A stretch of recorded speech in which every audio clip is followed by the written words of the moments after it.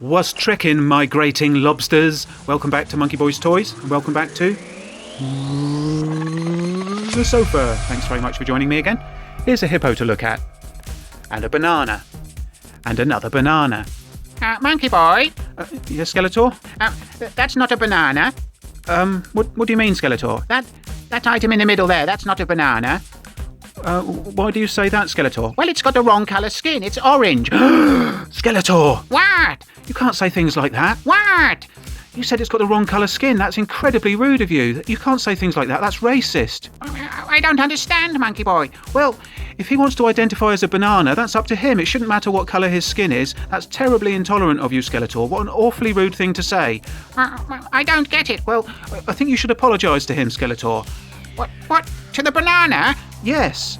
Well, I'm not going to apologise to a stuffed banana, Monkeyboy. Well, I think you should apologise to the audience then, in case anyone's been offended by your remark. Monkeyboy. Look, okay, everybody, I'm really sorry if I've offended anybody. I didn't mean to judge the banana by the colour of its skin. It's still a legitimate banana. Right, that's better. Oh, goodness me, Skeletor. Right, what are you doing today, Monkeyboy? Well, I was just going to show some figures that I've bought recently. Oh. Are you not going to do a mask vehicle review? Not this week, Skeletor, no. You're going to lose subscribers if you don't do another mask review soon. Well, I sincerely hope not, Skeletor. I hope that people would stick around for the content anyway. Well, anyway, I'm not interested in what you're doing today, so I'm going to bugger off. Well, okay, Skeletor, I think that'd probably be a good idea, actually. Right, see you later. Oh, and Monkeyboy. Yes, Skeletor? I hate you, Monkeyboy. I know you do, Skeletor. I'll see you later. Right, let's remove the banana and the second banana. And also Mr. Hippo. See you later, Mr. Hippo. Bye. See ya. Right, guys, sorry about all that. It was a bit of a false start, wasn't it? So this week I'd like to show you some figures that I've picked up recently. I've been on a Ghostbusters kick at the moment, or should I say a real Ghostbusters kick, and I've picked up the guys. So first of all, we've got Peter Venkman. Here he is, pointing his neutrona wand at you and this proton stream all up in your face.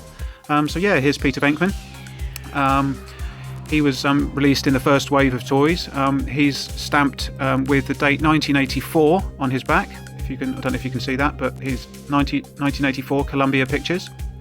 So yeah, there's Peter Venkman. Not really much more to say about him, really. It's a nice figure. He's in great condition. He's still got the paint on his hands. Quite often these figures suffered with paint loss on their hands, but he's in great condition. His boots are also pretty cool. They're not scuffed or anything. So yeah.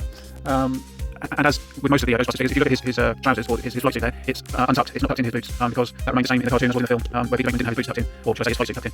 So let's stand him at the back there if he'll stand up. He is on a clear display stand, but the sofa's not very level, so we'll stand him there. Peter Venkman came with the grabber ghost that we can see here.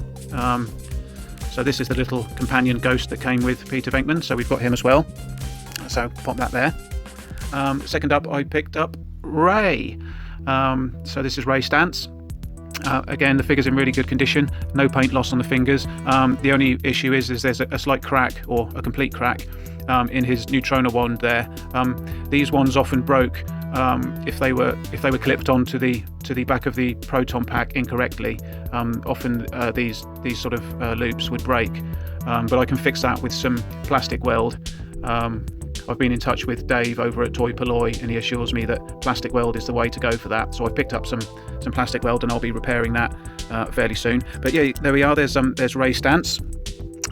Now, Ray came with the Rapper Ghost, which is a nice purple ghost here with some big old teeth. So this is the Rapper Ghost that came with Ray. Let's pop him at the front there. Next up, we've got Egon. Now this was the only figure that I had as a kid. I don't know what happened to it, so I picked this one up separately. Again, this figure's in great condition. There's a little bit of wear to his hair on the front, but aside from that, he's in great condition. Hasn't yellowed or anything. So there's Egon. We'll stand him at the back if we can. Now Egon came with the Gulper Ghost. Now my Gulper Ghost here, I don't know if you can see, but is slightly sort of orangey pink on the bottom. Now I suspect this is because this may well have been stored inside one of the ectoplasm containers, and it's stained the bottom of the Galapagos there. Something else I'd like to point out, which not everyone is aware of, the Galapagos does actually fit over Egon's head.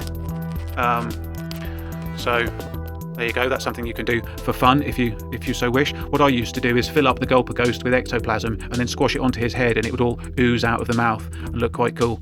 But yeah, that's something you can amuse yourself with should you wish to do so. So there's Egon and the Galapagos. And then last up we've got Winston. So here's Winston Zeddemore, again in great condition, he hasn't yellowed. Pretty cool figure, there he is. Not much more to say about him, so we'll pop him at the back. And Winston came with the Chomper Ghost. So here's the Chomper, there he is, nice sort of reddy pink colour. He looks a bit orange on the camera, but he's sort of, in real life he's quite pink. So I'll set him at the front there. So yeah, there we go. I picked up the 4 Ghostbusters. I've been waiting to get hold of them in good condition. I have started collecting a lot of the Ghostbusters monsters, as you will have seen on previous videos, but I've been holding out to get a good set of the 4 main Ghostbusters, so I've got that now.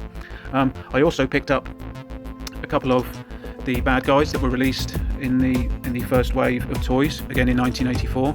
First one being Slimer. Now, of course, he was called the Green Ghost when he was released.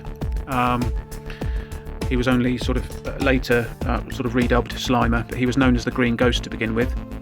So here he is with his tail. His tail does move around, so you can have him sort of slightly sort of standing up here, but he doesn't obviously stand. If you want to get him to stand, you have to put his hands down to the side, and he sort of rests on the surface like this. But yeah, there's the Green Ghost. He did come with 3 food accessories: a steak, a pizza, and a watermelon slice. But I bought this Green Ghost loose, and he didn't have those items with him, so he's not complete, unfortunately. But yeah, I picked him up for the Ghostbusters. And I also picked up, of course, the Stay Puft Marshmallow Man. He's in reasonable condition. He's got a little bit of blue staining to his head there, but overall he's in fairly good nick. There's a little bit of paint rub on his little sort of scarf bow thing there at the front, but overall he's in pretty good condition. You see these a lot on the secondary market, and they're heavily worn, and unfortunately the plastic or the vinyl that they're made from is very prone to staining. You see he's got a little stain there on the underneath of his belly. I'll try and rub that off if I can, but I don't think I'll be able to do that very well.